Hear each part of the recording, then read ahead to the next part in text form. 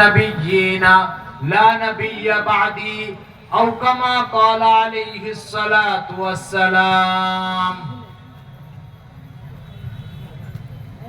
গাজীপুর ওলামা ইকরাম এবং ঈমান ও ইসলামের ধারক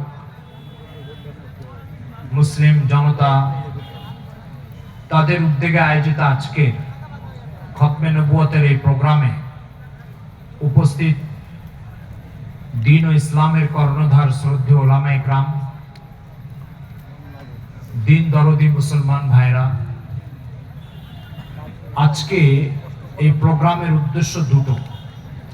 একটা উদ্দেশ্য তো পরিষ্কার হয়েছে যে সরকারের কাছে দাবি জানানো যে সরকার যাতে কাদিয়ানীদেরকে অমুসলিম ঘোষণা করে। কেন এই দাবিটা, এর যৌক্তিকতা কি? এদেশে ধর্ম পালনের স্বাধীনতা তো সবাই আছে। খ্রিস্টান ধর্ম পালন করছে, ইহুদি ধর্ম পালন করছে, খ্রিস্টান করছে, হিন্দু করছে। কাদিয়ানীদের ক্ষেত্রে আমাদের এই আপত্তিটা কেন? আমরা কারোর ব্যাপারে সরকারের কাছে এই ঘোষণা করেন ওই ঘোষণা করেন এটা তো বলি না। কাদিয়ানীদের ব্যাপারে এই ঘোষণাটা করবেন, এই দাবি আমরা কেন করি বা করব, এই বিষয়টা পরিষ্কার হওয়া দরকার। আরেকটা হক আছে আপনাদের, সেটা হচ্ছে যে ওলামা ইকরাম কাদিয়ানীদের ব্যাপারে এত সতর্ক সজাগ, এই তৎপরতা, এই উদ্যোগ কেন, এটা কারণ কি, এটা আপনাদের জানার হক আছে।